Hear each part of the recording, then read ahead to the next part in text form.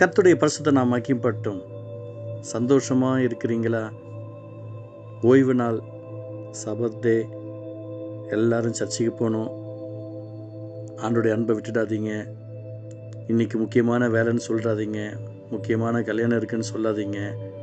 முக்கியமான காது குத்து இருக்குன்னு சொல்லாதீங்க. ஆண்டவரை காட்டிலும் இந்த உலகத்தில் எதுவுமே முக்கியமில்லை. கர்த்தரை நாம் மகிமைப்படுவதாக. சங்கீத புஸ்தகம் 129 சங்கீதம் 8வது வசனம். கர்த்தருடைய ஆசீர்வாதம் உங்களுக்கு உண்டாவதாக. ஹல்லேலூயா. கர்த்தருடைய ஆசீர்வாதம் உங்களுக்கு உண்டாவதாக. நமக்கு நிறைய ஆசீர்வாதங்கள் இருக்கிறது. நம்முடைய ஊருடைய ஆசீர்வாதம் இருக்கும். சில ஊரில் கிணத்துல தண்ணி நிறையா இருக்கும், சில ஊரில் தண்ணீர் இருக்காது. ஒவ்வொரு இடத்துலையும் ஒரு விதமான ஆசீர்வாதங்கள் இருக்கிறது. ஆசீர்வாதத்தில் வெரைட்டியான காரியங்கள். கர்த்தருடைய நாம் மகிமைப்படுவதாக.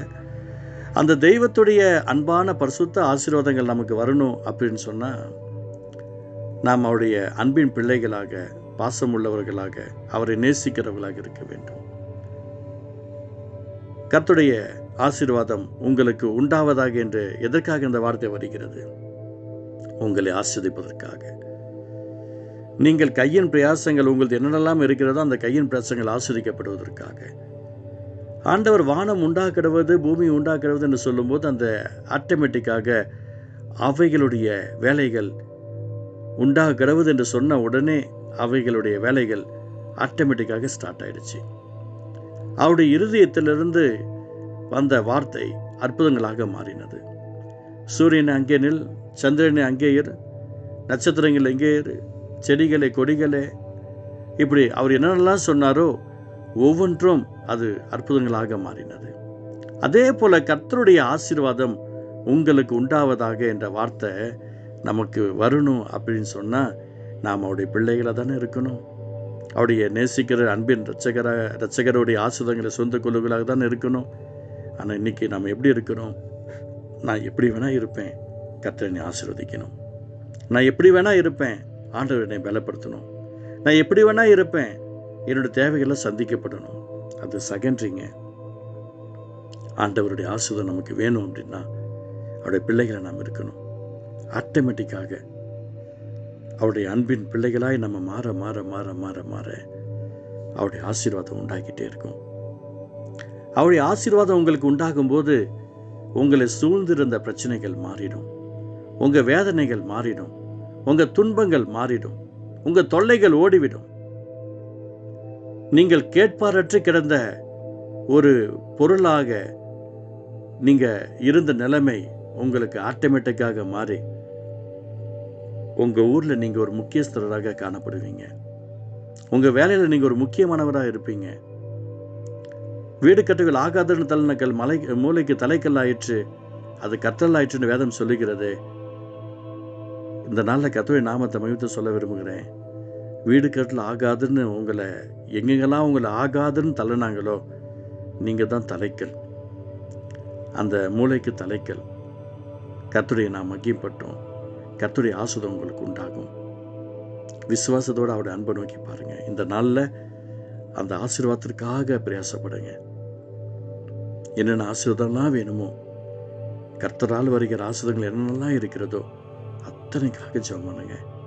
ஒரு ஊருக்குன்னு ஒரு ஆசீர்வாதம், ஒரு குடும்பத்துக்குன்னு ஒரு ஆசீர்வாதம், ஒரு ஸ்ட்ரீட்டுக்குன்னு ஒரு ஆசீர்வாதம், ஒவ்வொன்றுக்கும் ஒரு விதமான ஆசீர்வாதம். உங்களுக்கோ கர்த்தரின் ஆசீர்வாதம். அந்த கர்த்தரின் ஆசீர்வாதம் உங்களை நிரப்பும். கர்த்தருடைய ஆசீர்வாதம் உங்களுடைய வாழ்க்கையில் பிரகாசிக்க பண்ணும். ஒரு ராஜா, அந்த ராஜா ஒரு அறிவிப்பு கொடுக்கிறார். தன்னுடைய நாட்டு பகுதியில் இருக்கிறவங்களுக்கு, தன்னுடைய பிறந்த நாளுக்கு எல்லாருக்கும் அந்த அரண்மனையில் உங்களுக்கு என்ன தேவையோ அதெல்லாம் எடுத்துக்கலாம் அப்படின்னு சொல்லி அறிவிப்பு கொடுக்கிறார். அறிவிப்பை பெற்றுக்கொண்டவர்கள், அந்த ராஜா தேசத்துக்கு உட்பட்ட ஜனங்கள் எல்லாம் அரண்மனைக்கு நேராக அக்கம்பத்திரங்களாக வந்துட்டாங்க. மணி ஓசை அடிக்கிறது. ஒவ்வொருத்தருக்கும் ஒரு பொருள் எடுத்துக்கணும். ஆளுக்கு தேவையானதை ஒவ்வொன்றும் தூக்கிட்டு போயிட்டே இருக்கிறாங்க. அவங்க கையில் எது மாட்டுதோ, என்ன எதிர்பார்க்குறாங்களோ அந்த தங்கத்தையும் வைரத்தையும் வைடூரத்தையும் அள்ளி கொண்டு போய்கிட்டே இருக்கிறாங்க.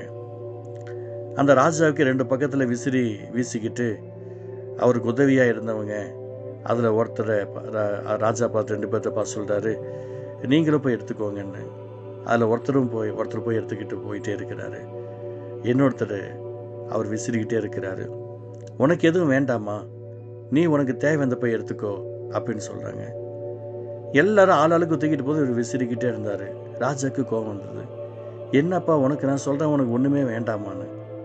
எனக்கு நீங்கள் போதும் ராஜாவை கட்டி பிடிச்சிக்கிட்டார். அவ்வளவுதான். அதை கேள்விப்பட்ட அத்தனை ஜனங்களுக்கும் ஒரே ஆச்சரியம்.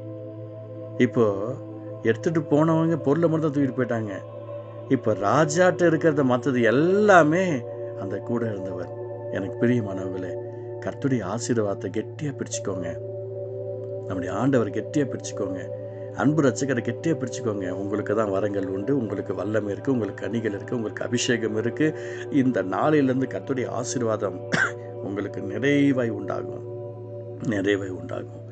அன்பு தகப்பனே, கர்த்தருடைய ஆசீர்வாதம் உங்களுக்கு உண்டாவதாக என்ற வார்த்தையின் பிரகாரமாய் ஒவ்வொருத்தருக்கும் அற்புதம் செய்வதற்காக ஸ்தோத்திரம். கிருபை தாங்கட்டும். இயேசு நல்ல பிதாவே, ஆமென்.